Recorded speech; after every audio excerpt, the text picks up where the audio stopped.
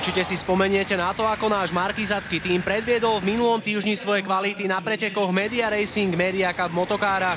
Potom, ako sme motokári poriadne zabehli, sa do nich počas sobotného večera v K2 aréne posadili profesionáli, ktorí odštartovali prvé kolo zimného seriálu Indoor Kart Cup. 4-hodinové preteky plné napínavých súbojov nakoniec vyhral tým Go Baby Go pred HBRT a tretia priečka patrila domácemu týmu K2 Arena. Druhé kolo tohto seriálu je na programe opäť o mesiac na rovnakej trati. Bratislavská K2 Arena počas víkendu opäť praskala vo švíkoch. Motokárovi jazdci oštartovali zimný seriál, ako inak pod strechou. Po Media Racing Media Cup, ktorého mala česť sa zúčastniť aj naša televízia, prišiel rad aj na naozajstných pretekárov. Tí odštartovali v sobotu večer tohtoročný seriál Indoor Kart Cup, pričom tento dostal do vienka pre nadchádzajúcu sezónu úplne nové predpisy, ale aj absolútne nové motokári. Čo sa týka spomínaných zmien, v prvom rade sa podstatne zmenila dĺžka pretekov, ktorá sa natiahla na 4 hodiny. Ďalšou veľkou zmenou je dovažovanie jazdcov na rovnakú hmotnosť, ale aj dotankovávanie paliva v priebehu pretekov. Všetky tieto zmeny prispeli k zdramatizovaniu pretekov, ale donútili jednotlivé týmy aj k vypracovávaniu podrobnejšej stratégie. Hovorili sme, že preteky všetky tieto zmeny nielenže zdramatizovali, ale aj pozitívne ovplyvnili samotné dianie v seriáli Indoor Kart Cup. Po 4-hodinovom motokárovom šialenstve bol v cieli najrýchlejší tím Go Baby Go v zložení Tomáš a Braňo Bizub, Alík Harkhami a Robo Štyrca, pričom práve posledný menovaný doviezol víťaznú motokáru až do cieľa pretekov.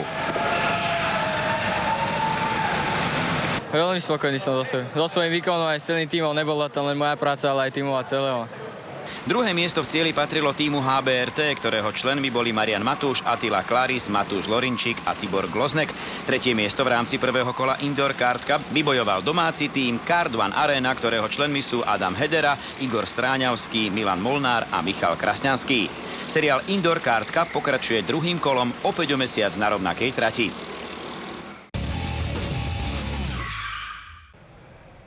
Po pár dňoch sa bratislavská K2 Arena opäť zaplnila súťaženia chtivými jazdcami, ktorí si to vzájomne rozdali v pretekoch motokár.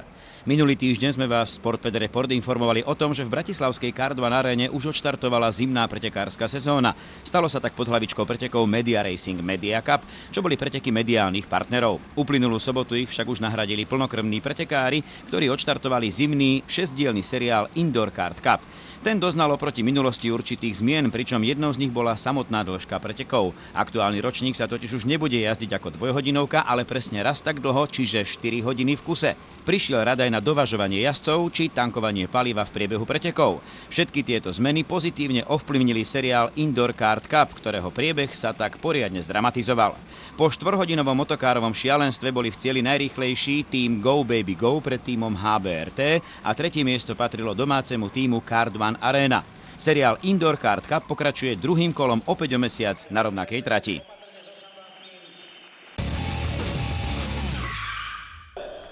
Sobotný podvečer sa opäť bratislavská K2 Arena zaplnila pretekania chtivými jazdcami. V tomto prípade však už nešlo o mediálne známe tváre, ako to bolo pred týždňom v rámci Media Racing Media Cupu, na ktorom sa zúčastnil aj tým našej televízie, ale o účastníkov zimného seriálu Indoor Kart Cup.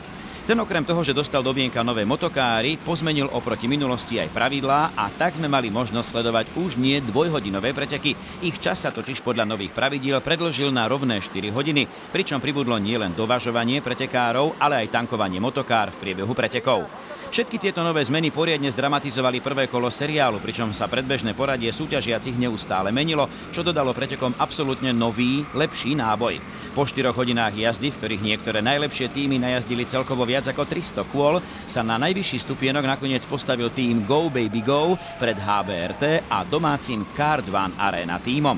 Seriál Indoor Kart Cup pokračuje druhým kolom opäť o mesiac na rovnakej trati. V poslednom štúdiu Formuly 1 sme vám priniesli reportáž z motokárového podujatia Media Racing Media Cup. Hneď po ňom, čiže v čase medzi dvoma veľkými cenami Formuly 1 sa rozbehol aj tohtoročný zimný seriál Indoor Kart Cup a my sme boli opäť pri tom. Pozrime sa teraz spoločne na to, čo sa v rámci prvého kola týchto pretekov bratislavskej K1 Aréne dialo. Seriál Indoor Kart Cup, ako si iste pamätáte, uzrel svetlo sveta počas minuloročnej zimy. Ten pozostával z 5 samostatných dvojhodinových pretekov, ktoré spoločne tvorili nový zimný seriál halových motokár. Po veľmi dobrej odozve nielen od samotných účastníkov, ale aj divákov sa Indoor Kart Cup rozbehol teraz o čosi skôr, už v polovici mesiaca október. Formát pretekov ostal pôvodný, pre tohtoročnú sezónu si však organizátor pre súťažiacich pripravil niekoľko noviniek. Prvou zmenou je počet jednotlivých kôl seriálu. Ten narástol z doterajších 5 na aktuálnych 6. Zároveň sa mení aj čas jednotlivých pretekov, ktorý rovnako narástol z 2 na 4 hodiny. Počet tímov síce ostal nezmenený, do každého tímu však pribudol jeden jazdec, čiže teraz tvorí tím 4 jazdcov. Z dôvodu vyrovnanosti jednotlivých pretekov stiahol organizátor aj tu k zavedeniu nových predpisov, konkrétne dovažovaniu, pričom sa dovažuje na hodnotu 85 kg. Znamená to, že pri striedaní si so sebou nový jazdec berie aj patričné závažia, presne podľa vlastnej telesnej hmotnosti. Dotankovanie paliva po 2 hodinách jazdy je ďalšou novinkou. A zda najväčšou, ale aj najzreteľnejšou, ba priam do očí bijúcou zmenou sú nové motokáry, ktoré nielen svojím vzhľadom, ale aj konštrukciou vyzerajú podstatne profesionálnejšie. Treba už v úvode priznať, že všetky tieto už vymenované zmeny sa navyše už v rámci prvého tohtoročného Indoor Kart Cupu ukázali ako mimoriadne účinné a veľmi dobre premyslené. Preteky dostali akýsi nový náboj a navyše sa stali omnoho dramatickejšími. Samozrejme pri porovnaní s ich prvým ročníkom. Toľko zmeny predpisov, ktorým sa v priebehu tohtoročnej sezóny Indoor Kart Cupu budeme ešte určite podrobnejšie venovať. Poďme však teraz už k samotným pretekom. Tie sa opäť, tak tomu bolo v minuloročnej sezóne, konali v bratislavskej Kartvar aréne. Tá v priebehu leta prešla menšou úpravou dráhy a na niektorých miestach vyfasovala aj nový asfaltový koberec. Tieto zmeny robili trať trošku inou. Zmeny zasiahla aj samotná kvalifikácia, pričom teraz si každý tým vybral jedného jazdca, ktorý mal za úlohu zajazdiť čo možno najlepší možný čas. Potom, ako sa jazdci zoradili do vláčika, sa preteky mohli začať. Vedenia sa už od úvodu pretekov ujal Zdeno Mikuláško, reprezentujúci tým ARC Bratislava. Keďže Zdeno je niekoľkonásobným majstrom Slovenska práve v motokárach, dovolili sme si ho požiadať o zhodnotenie nových motokár, ktoré organizátor pripravil práve pre Indoor Kart Cup.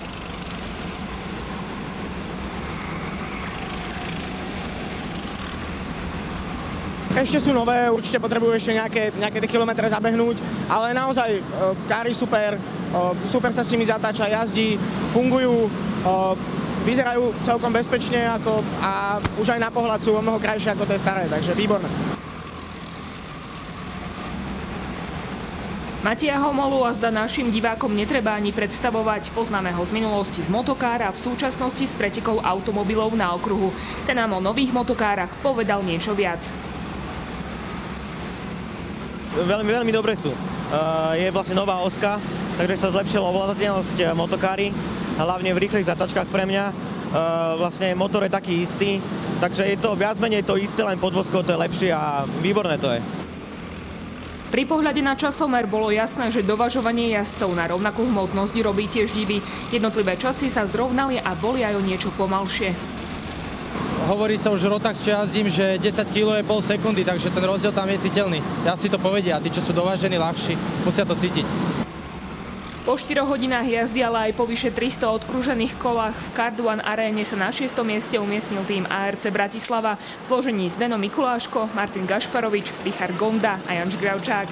A práve posledný menovaný predviedol v závere peknú stíhaciu jazdu. Určite som spokojný s výkonom celého tímu, všetci podali výkon na hranici svojich možností. Neviem, ako som išiel, ja áno, získal som jedno miesto vraj, nebolo to síce vidieť z tej káry, vôbec som netušil, kde som, aj keď ma moji spolujazdci hnáli stále dopredu a tlieskali ako na futbale, tak som vedel, že to asi nebude až také zlé, ale čo ma o tom presvedčilo, ja som sa ku koncu toho stintu začal obzerať, pretože ako som rozmýšľal, tak som rozmýšľal, mňa celú hodinu nikto nepredbehol a to sa v živote nestalo, takže z tohto hľadiska musím túto jazdu razdiť historicky. O iba 5 sekúnd lepší bol tým Dynamics, ktorý sa umiestnil na 5. priečke. Jeho zloženie Ľuboš Mistrík, Renáta Zajceva, Rado Mihálek a Michal Midlo. 4. miesto v rámci prvého kola Indoor Kart Cupu získal tým Alcohol Killer. Jeho členovia Marcel Lidl, Tomáš Lidl, Tomáš Stráňava a Martin Spechtenhauser. Bronzová priečka, domáci tým Kartvar Arena s posádkou Adam Hedera, Igor Stráňavský, Milan Molnár, Michal Krasňanský. Napriek tomu, že sú domácim tímom, predpokladali, že sa im podarí dojazdiť na 3. mieste. ťažko sa dalo odhadovať, ako to vyjde. Predsa K2 Arena je otvorená 1 rok, veľa jazdcov sa vyjazdilo, bolo ťažké povedať, že na ktorom mieste skončíme. Sme ale spokojní. V tej konkurencii určite sme spokojní. Striebro, ale aj poriadnu kopu bodov do hodnotenia seriálu si napokon po 4 hodinách krúženia na dráhe K2 Areny odviezol tým HBRT Media Live. Jeho členovia Marian Matúš, Attila Kláris, Tibor Gloznek a Matúš Lorinčík. Som veľmi spokojný, s chalami sa išlo veľmi dobre. Všetci sme jazdili v podstate vyrovnané časy, to dopomohlo k tomu druhému miestu, takže fakt veľká spokojnosť. Najväčšia radosť v cieli nastala v tíme Go Baby Go. Bodaj by nie, boli najrýchlejší, najazdili najviac kôl a samozrejme vyhrali. Hovoríme o štvorici Tomáš Bizub, Ali Garakany, Braňo Bizub a Robo Štica mladší.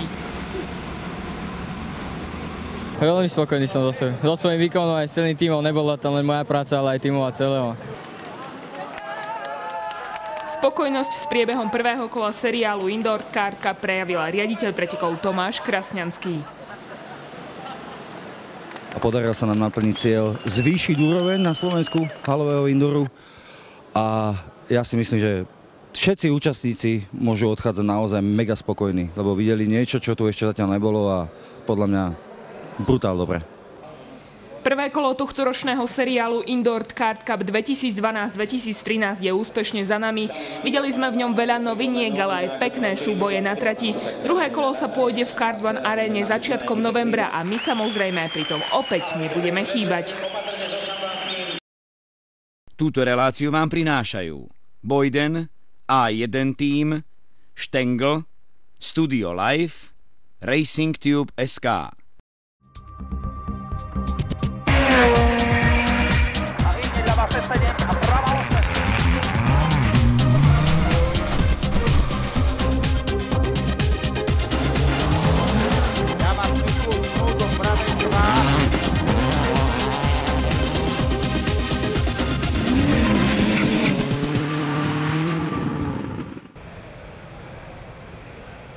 Sezóna automobilových pretekov sa pomaly, ale o to istejšie končí a približuje sa zima. Pretekári rôznych motoristických disciplín sa opäť začínajú sťahovať do krytých priestorov, ktoré budú okupovať až do novej budúcoročnej sezóny, ktorá odštartuje opäť s prebúdzajúcou sa jarou.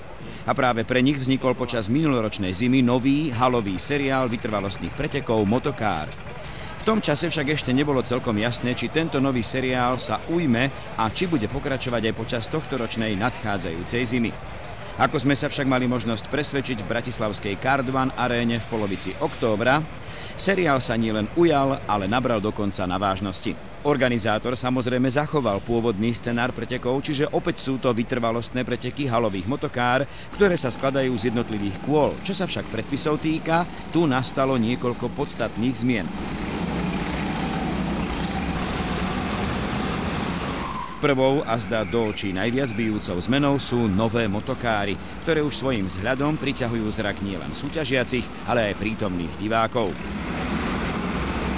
Druhou zmenou je počet členov jednotlivých tímov. Ten narástol a z trojčlenného tímu sa stal tím štvorčlenný. Okrem zmeny počtu členov tímu pribudlo v rámci Indoor Kart Cupu navyše ešte jedno kolo pretekov, čiže v tomto roku ich bude celkovo 6. Samotná dĺžka jednotlivých pretekov sa zmenila z dvojhodinovky na už vážnu štvorhodinovku, ktorá dokáže poriadne preveriť fyzickú prípravu jednotlivých členov súťažných tímov.